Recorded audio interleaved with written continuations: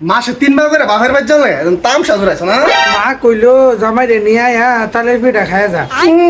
ভাদ্র মাসে আয় নাই তালে পিঠা খাওয়া তাল উইটা পড়ছে। আমি মনে ফকির নৌকা মারে শ্বশুর বাড়ি যান তালে পিঠা খাইবার। এই বা কোকে তোমার কি ফকির কইছে শ্বশুর বাড়ি থাকলে যাও লাগে। তোমার কথা ঠিক আছে, শ্বশুর বাড়ি থেকে যাবো লাগে এই জন্য মাসে 3-4 বার না বছরে একবার যাবো লাগে। আর যদি মাসে 3-4 বার যা তাহলে মানুষে সিসি করবো, মানুষে করবো কি জামাই এমন নিজের বাড়ির ভাত বাসা বেলাকে শ্বশুর বাড়িতে বইরা দেয়। আমার বাড়ি তো ভাত খাবার অভাব পড়ছে না, আমি না খাই থাকি এর লেগে আমি চাই শ্বশুর বাড়ি খাইবার লেগা না। যাও কবার গেছে সন্ধ্যার পরে বাবা কল দিব, বাবারে না কইরো না, বাবার মন খারাপ করবো। আহা কি কষ্ট কর তোমার বাপে। এই তোমার বাপে কি কোনো আক্কেল জ্ঞান নাই? আমি যে দোকান করে খাই এটা দেখে তো তোমার বাপে আমার কাছে বিয়া দিছে। হ্যাঁ বুঝে না, 2 দিন পর পর যদি দোকানের বন্ধ দেয় তাহলে দোকানে কি কাস্টমারই থাকে?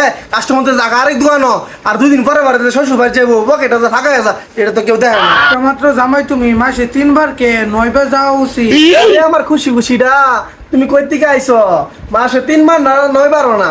তোমার বাপেরে কও আমার একবারে ঘর জামাই লয়ে দেখা, আমি দোকান পাট বন্ধ কইরা তোমার বাড়ি যাবো।